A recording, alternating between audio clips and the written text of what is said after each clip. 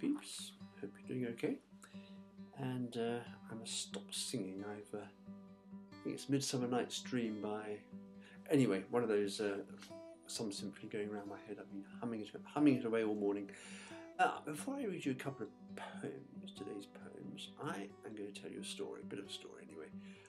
I was up early this morning. I was up particularly early this morning. I do tend to get up early.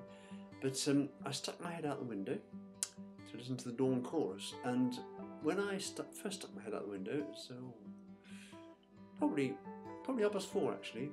Very interesting. I'm not normally up that early, but the only birds I could hear were robins, a lot of robins, and also an owl hooting away in the woods somewhere nearby. As the light gradually increased, the owl disappeared, or stopped hooting anyway. Robins carried on singing a bit, but then the blackbirds got into chorus, and they are probably the most dominant song I've noticed of an early morning chorus, certainly around this area, which is near the University of Reading.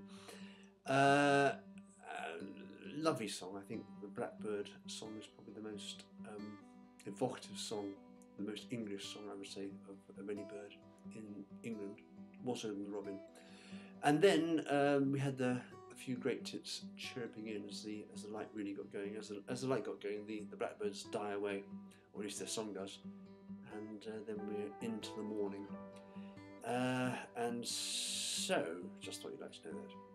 Now, I'm going to read you two poems this morning. I'm going to start off with A Spring Morning, because it is fairly spring-like. It comes and it goes, but it's not bad. And the other one I'm going to read you is definitely a serious favourite of mine. It's called Explained. But let's first of all go for Spring Morning from when we were very young. It goes like this. Where am I going? I don't quite know. Down to the stream where the kingcups grow, up on the hill where the pine trees blow. Anywhere, I don't know. Where am I going? The clouds sail by, little ones, baby ones, over the sky. Where am I going? The shadows pass, little ones, baby ones, over the grass. If you were a cloud and sailed up there, you'd sail on water as blue as air. And you'd see me here in the fields and say, doesn't the sky look green today? Where am I going? The Hyrox call is awful fun to be born at all. Where am I going? The ringdoves coo, we do have beautiful things to do. If you were a bird and lived on high, you'd lean on the wind when the wind came by. You'd say to the wind when it took you away, that's where I wanted to go today. Where am I going? I don't quite know. What does it matter where people go? Down to the wood where the bluebells grow. Anywhere, I don't know. And it's such a lovely carefree poem, isn't it? A little boy wandering out, age less than 6, just wandering into the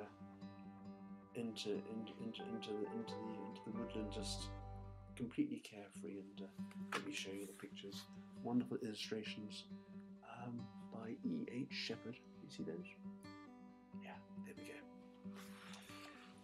go. Right, so I'm sure that one will come again. Let's go for my second poem of the day. This is a great poem. Love this one.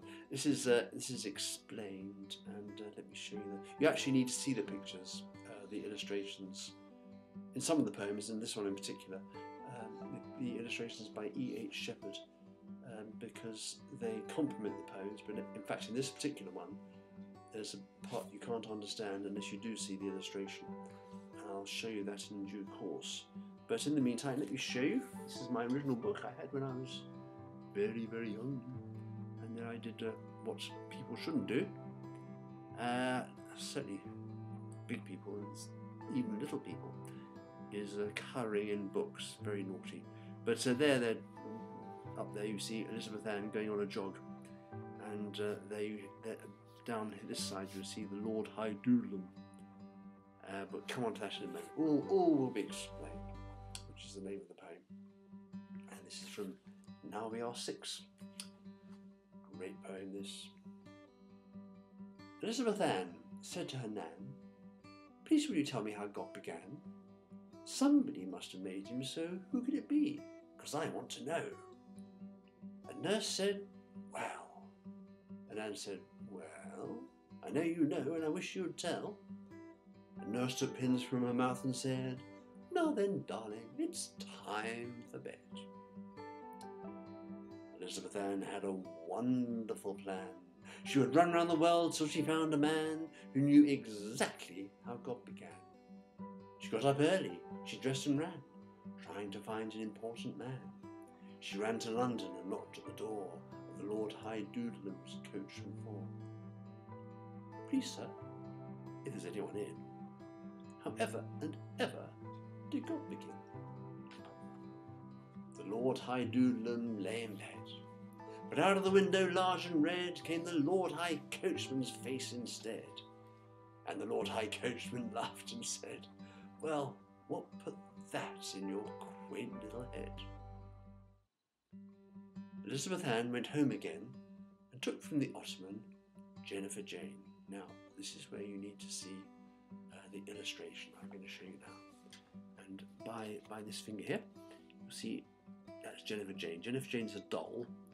Up there is over there is the Lord High Doodlem.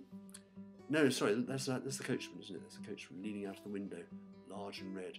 But down there we have Jennifer Jane, so it's a doll. But it's not actually explained, in the script.